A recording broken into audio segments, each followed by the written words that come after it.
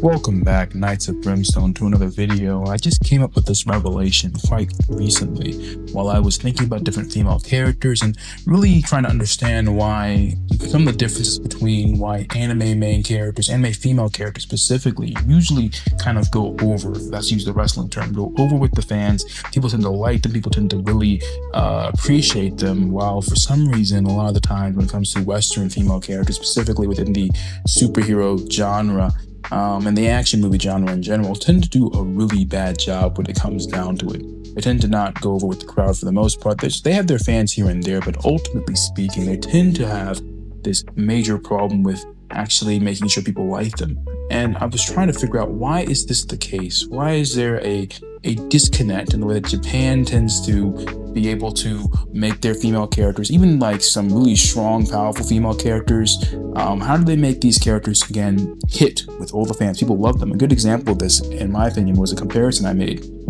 in my head. I was watching, of course, My Hero Academia, and there's a character that gets introduced there, so kind of spoilers for the final season. So click off if you don't want to get spoilers for that final season. But there's a character that pops up called Stars and Stripes. A character that pops up from American Side. I'm not gonna get too many spoilers about that character, but I just want to mention the main thing about it is that she seems so very similar to Captain Marvel when it comes down to the way that the character is created, the superficial parts of the character at the very least. This is a character that's supposedly incredibly powerful, one of the most powerful heroes in the entirety of the world. So she's a game-changing power in that universe, just like Captain Marvel. She is presented as this major threat to the villains when she pops up. She's American, and she's blonde-haired, blue-eyed, very similar to Captain Marvel again. She's in a more American-themed suit than Captain Marvel, but still. She's part of this, military situation with this. She's part of the Air Force, I think, specifically. So she already has a military type background, similar to Captain Marvel. And it's like, if you think about these two characters superficially, they're very similar. But one of these characters immediately hits with the audience. Everyone goes, man, this character's really good. And the other character doesn't hit the audience at all. And of course, there's a lot of different reasons that I can mention, the reasons I mentioned before about Captain Marvel being a flat character overall.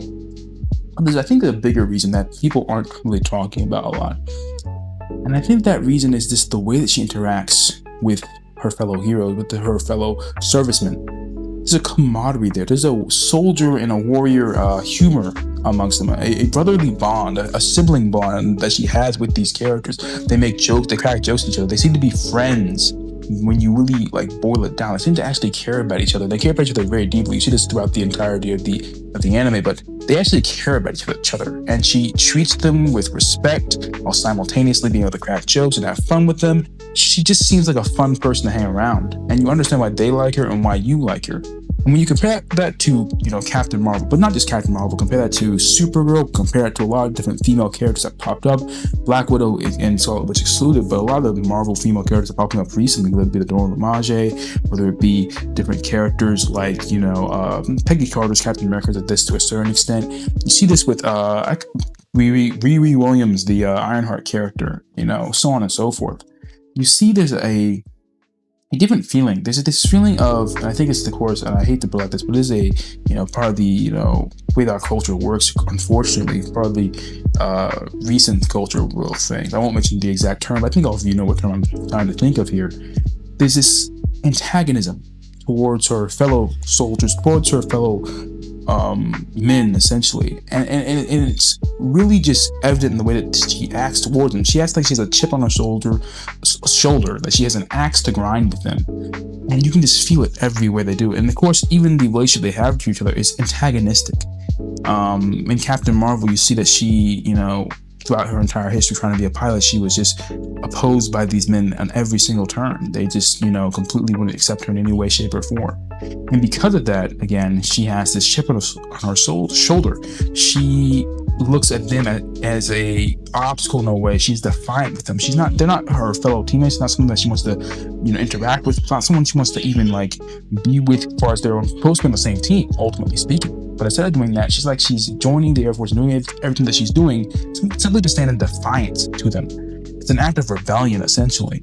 An act of rebellion against the system, an act of rebellion against what should be her fellow, friends and brothers in arms. And it's a very strange situation, honestly. It's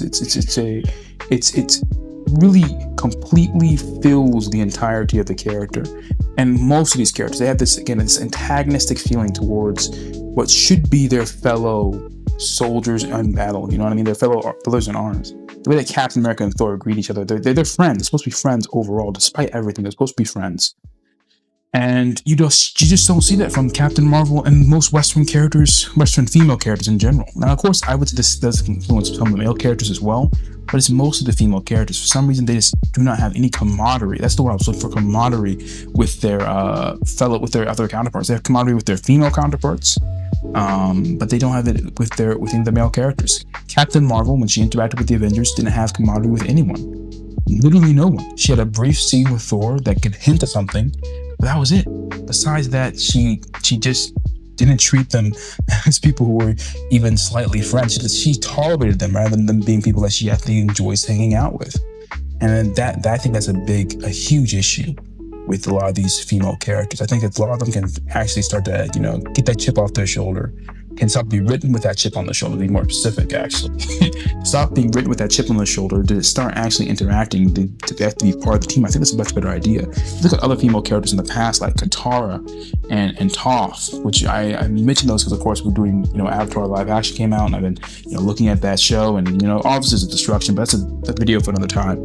But going back, looking at the original stuff, what you see is that Toph and Katara, they are accepted by the overall fan base for the most part. Katara is a more girly girl, not super girly, but she's just more, feminine in her way of doing things. But Toph is a tomboy.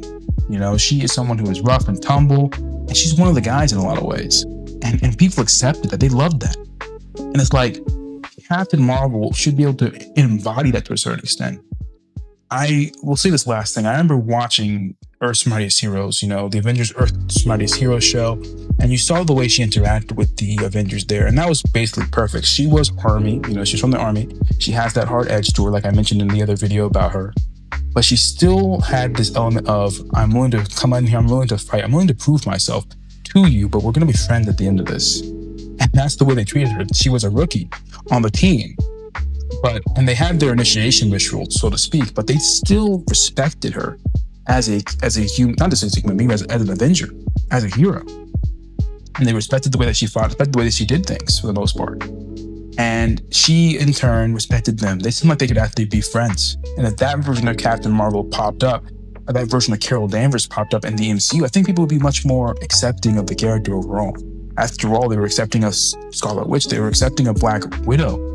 I think it's only recently that this acceptance has kind of gone down, thanks to this antagonism that she inherently kind of brings in there when she comes into the movie, into the team. So yeah, I think that, again, that camaraderie that camaraderie, that brotherhood that she can share with fellow teammates and fellow team members or whatnot, I think that's a very important thing to kind of make the team mesh together so that it feels like an actual team. I feel like right now when they add these female characters in, whether it be Shuri, whether it be Riri Williams, whether it be all these characters, they don't seem to be able to achieve that camaraderie with non-male characters, which is very unfortunate. And in a universe, in a superhero genre that's mostly male dominated, it's a death sentence for your overall movie, to be honest with you. It's a massive death knell for the whole thing, and it's very unfortunate, I feel like, because again, this doesn't just affect the males, it affects the female characters who watch it. A lot of them, I have a good deal of female friends and sisters and so on and so forth, and they constantly say these characters they're mean. They don't want to be friends with these people. They seem like they're bad people. So of course the heroic spirit has to be added in there, but at the same time you have to actually make them, again, actually have camaraderie with their fellow teammates. I feel that's a big part of overall storytelling. But anyway, that's just my thoughts. What are your guys' thoughts? Like the video, comment down below what your thoughts are, whether you agree or disagree with my opinion. Share the video, as I said before, do the whole hype the video up, all those different YouTube jazz, and I'll see you guys in another video. Until then, stay vigilant, Knights of Brimstone.